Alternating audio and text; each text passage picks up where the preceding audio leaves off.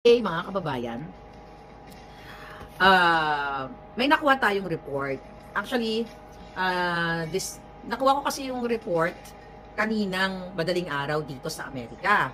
So, hindi pa tayo makatawag sa mga departamento dito sa Amerika kung saan sinubukan kong tawagan ang, Los Angeles County Coroner's Office. Nag-inquire na rin tayo online. May mga nakausap tayo, mga detectives. So, may idea pa kayo? Kasi, allegedly, mga kababayan, okay, may nategi dito sa Amerika, sa isa sa tanyag na hotel sa Beverly Hills. Okay? Sino yung nategi or nagurgur?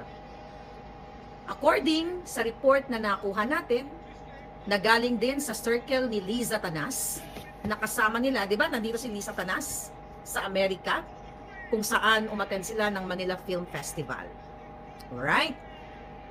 So mga kababayan, meron daw silang kasama, hindi ko lang alam kung na-report na ito, baka huli na ako, I'm not sure, kasi kare-receive ko lang ng information ng madaling araw. So naghanap ako, may mga kinontak tayo to verify the information. So bago ako mag-vlog, medyo na-delay tayo, tinatawagan ko pa yung isang departamento dito, isa sa authorities, kasi gusto kong i-confirm kung talaga bang may namatay o nagurgur na kasama ni Liza Tanas, although nakakuha tayo ng case number, mga palangga, sa namatay at natagpuan nga ito sa isa sa mga tanyag na hotel dito sa Beverly Hills. So dahil hindi pa kompleto yung report natin, gusto ko lang i-inform sa inyo na napakamahalagang malaman ng sambayan ng Pilipino na kung ito ay totoo na ang kasama ni Liza Tanas doon sa kanyang mga event ay namatay dahil sa overdose ng pulburon. Mga palangga, ano pala itong information dito. Okay? Kasi mga pagkababayan, hindi ito dito sa Amerika basta maiko-cover up ang pagkamatay ng isang tao, lalo na kung ito ay kaduda-duda. So napag-alaman ko sa aking informante na itong kasama ni Liza Tanas at kasama ng mga politiko, di ba? Di ba nakita nyo, pinost ko sila Jingay, sila Chis Escudero, at ang iba pa, ang dami nila ng mga politiko at mga artista. So definitely alam nila yung sinasabi ko. But hindi ko lang alam kung sino itong namatay na ito. Bata pa. Matanda pa ako actually. Nasa 40s lang daw. Kasi dito sa Amerika, actually, pwede mong ma-verify ang cause of death ng pagkamatay, yung cause ng pagkamatay ng isang tao. Yun nga, nagtatatawag na ako sa, nag-inquire na rin ako sa Los Angeles Department of Medical Examiner or yung coroner na tinatawag. Kasi dito mga palangga, pwede mo rin titignan, depende kung pagbibigyan ka, depende sa purpose mo. Nag-check na rin ako dito sa California Department of Public Health Vital Records. Lahat, tinignan na natin kung totoo ba itong report na ito na may namatay dahil sa pulburon overdose. Nakasama ni Liza Tanas itong taong ito. Now ang question, saan sila kumuha ng pulburon? Sila ba ay may bit-bit na napulburon mula sa Pilipinas? Nag-smuggle ba sila? Nagpuslit ba sila? Di ba? Sino ba ang kasama ni Liza Tanas? Kasama ba si Bangag? Kasi may immunity yan eh. Hindi mo pwedeng check, hindi na chine-check ang mga bagay. Napag-usapan na natin to ng presidente o ng mga certain cabinet secretaries kasi may immunity sila. They can, they can come and go sa isang bansa na may bitbit. Sabi ko nga dati, kahit bangkay ang bitbitin nila o pulburon, ganyan-ganyan. So, ito pa ang sistema, kababayan. Allegedly, nung namatay itong taong ito, allegedly pulburon overdose, nataranta ang mga buwaka ng ina. Hindi nila alam kung anong gagawin nila kasi hindi nila mako-cover up dito kung ito ay totoo diplomatic immunity. Yes, tama. So, 7 hours after the death, okay, nitong taong ito, tsaka na lang daw nila, ni-report sa authority. Kasi hindi nila pwedeng pagtakpan. At may mga tumangka na ibalik kaagad ang bangkay sa Pilipinas. But you cannot do it in America. Okay? Kasi dadaan ka sa proseso. Kapag suspicious ang kamatayan ng isang tao, mga palangga, kasi hodang ikaw ay powerful na personality. Okay, tignan na natin dito. Alright. Kasi hodang ikaw ay powerful, artista o whatsoever, hindi ka makakalusot.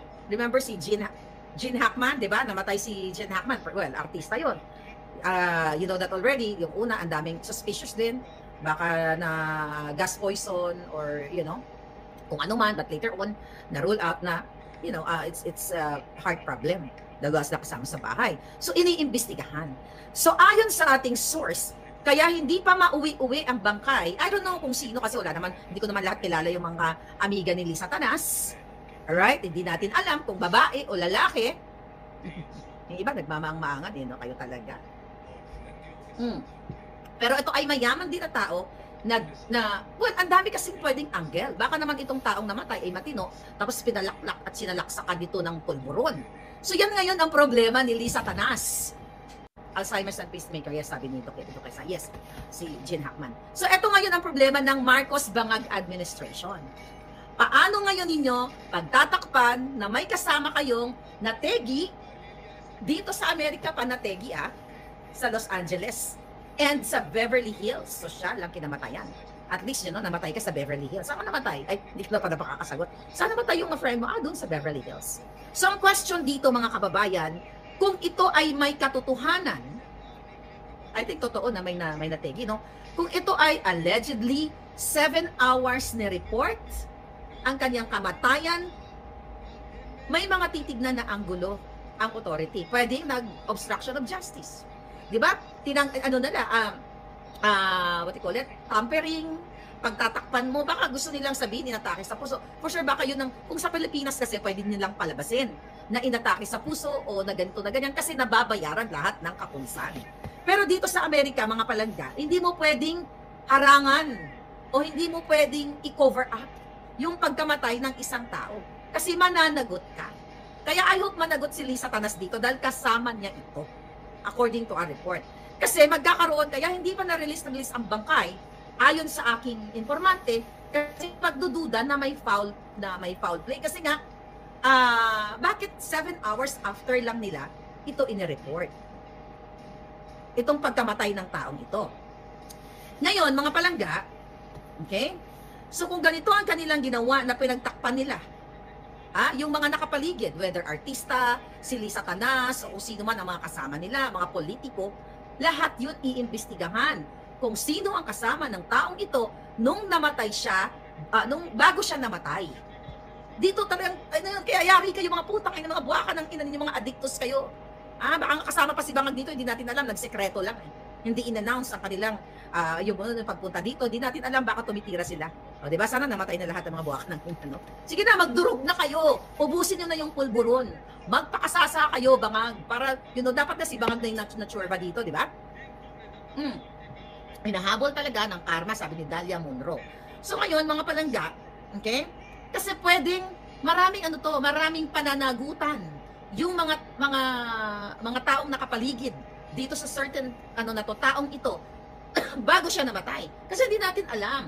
Baka nga mamaya yung inosente, maraming anggulo. Baka mamaya napraning si Liza Tanas. Laklakin mo tong pulburo na ito. Salaksakin mo to kasi ang daming angle. Ang daming angle kaya hindi ma-release ang bangkay nitong taong ito, mga palangga, dahil nga sa ganitong klaseng circumstansya.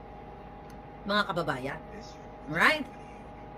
Actually, nakabuo na ako ng may in-email na rin ako, pero na lang muna to. Secret na lang ba muna ito? Kasi baka, maharang na mga jutang Genemes.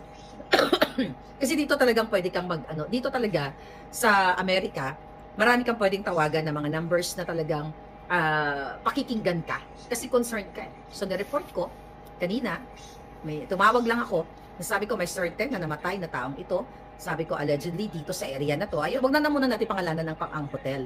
Basta na sa Beverly Hills area. Itong namatay dito, na ganito, sabi ko, allegedly, kasama itong mga jutang engineer ito. At yun nga, yung nag-report sa akin, doon din isa din sa mga kasamahan nila. Di ba? So, ang pinakatanong natin ngayon, mga kababayan, sino itong namatay na ito? At kapag ito ay inulat, dapat cause of death, number 1. Pag namatay ang isang tao, hindi ka lang pwedeng ipagdasal natin, kaluluoy, naku, bigyan nyo kami ng privacy. That's okay. Pero if you are, let's say for example, kung ito ay ipapublicize mo, dahil syempre, alam mo na, yung mga tanyag, yung mga yaman-yamanan, you know, na ano yan, na ipapublish talaga yung kanilang mga kamatayan. Pero, kapag nagbabalita ka, cause of death, place of death, time of death, di ba?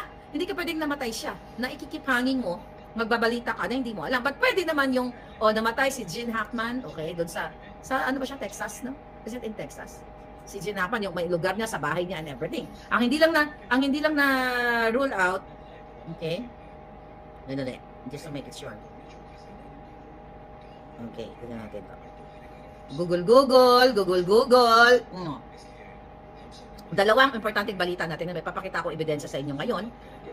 In short, karma, sabi ni LM, New Mexico pala, not Texas. Sa Santa Fe, New Mexico. Okay, tamo. Ito, artista. Yes, Adele. So, artista, namatay siya sa New Mexico. Well, yung cause of death yan, na-delayed kasi inimbestigahan. Then, yung time, na-estimate na and everything. Pero itong ganitong pangyayari sa pinag-uusapan nating tao, dapat kapag ito ay inulat, sasabihin mo kung saan siya namatay. Saang area, saang lugar? Sa Beverly Hills ba? Sa Koreatown ba? Sa Santa Monica ba? Sa Pacific Palisades ba? Sa Cerritos ba? You know? Hindi mo pwedeng broad namatay sa Amerika. Which part? Tangin ang laki ng Amerika. 50 states? Di ba? Baka maging 51 states pa kayo. Alright? So, eto yung nakaano sa atin na information. Ang question ngayon dito, may mananagot ba sa pagkamatay nitong taong ito? At ang pinakamatinding tanong, saan sila kumuha ng pulburon? Kasi kung namatay siya, dahil kung ito ay ma-confirm ng coroner's office dito sa Los Angeles na siya ay nagurgur because of the pulburon, definitely bawal yun, illegal substance yun, iimbestigahan ngayon yung kanyang mga taong nakapaligid siya o yung bago siya namatay. Di ba ganon? Ganon ang pag-iimbestiga. Actually, naman yan, universal approach yan. Sa Pilipinas, hindi lang yan nangyayari kasi ang mga buwaka ng ina, tapal ng tapal, huwag mo nang ilabas yan, sabihin mo na lang nadulas or sabihin mo na lang natake sa puso. But not in Los Angeles, not in America, darling. Kasi iimbestigahan lahat ang nangyari. I'll tell you a story. May friend ako, okay, bagong-bago pa lang siya dito sa Amerika. Okay, nurse din siya ng bonggang-bongga. So, nung bago pa lang siya dito sa Amerika, mga palangga, ipinasok ko siya ng one-on-one caregiving job dito sa pasyente ko. Nangyari ito mga 2009. Okay, 2009. So, yung pasyente niya, namatay. Pero matanda na yon. I just forgot kung bigla na lang ba tumigil yung kanyang paghinga. 90-something na. 96. So, ang ginawa nitong friend ko, shoutout sa friend ko, alam ko nanonood yan, okay? Ang ginawa niya, actually tinawagan niya ako, sabi niya, Claire, namatay na si Lolo, ganito, ganyan, ganon. Sabi ko, di tumawag ka, tawagan mo yung family, kasi first, family, ganyan. Tapos ang ginawa nitong friend ko, kasi, obsessive compulsive. Talagang, siya, may attitude, talagang nakakatuwa yung ugali niya. Pag pumunta ka sa bahay niya, sa kwarto niya, sobrang linis, sobrang organized. May mga taong ganun, di ba? Na talagang very organized. So, ang ginawa ng friend ko, nilinis niya. Yung mga paligid, nilinis na si Lolo, lahat nilinis niya. So, dumating ngayon yung coroner's people. Kasi titignan kung bakit namatay. Although 97 years old na ito, So, ngayon, ang linis. So, tinanong siya. During that time, okay na siya. Meron na siyang papers noon dahil student, pareho kaming student. Student visa, may social security na. So, he's legal in America. Okay? Tinanong siya, bakit ganyan? Tinanong siya, bakit walang, parang, totally malinis yung, yung pasyente. Yung crimes, well, it's not a crime. Kumbaga, yung scene. So, talagang, ang tagal ng investiga sa kanya, kaya nga kinabahan siya, oh my God. Sabi ko, bakit mo naman kasi nilinis? Sabi ko, hindi naman ikaw ang gumurgor, ganyan. Sabi niya, kalala mo naman ako, di ba? Pero kasi syempre, tagal nilinis siya ng bongga-bongga. It took like, siguro 1 oras o mahigit siya inimbestigahan. Bakit nilinis niya? Bakit ganito? Bakit ganyan? So, how much more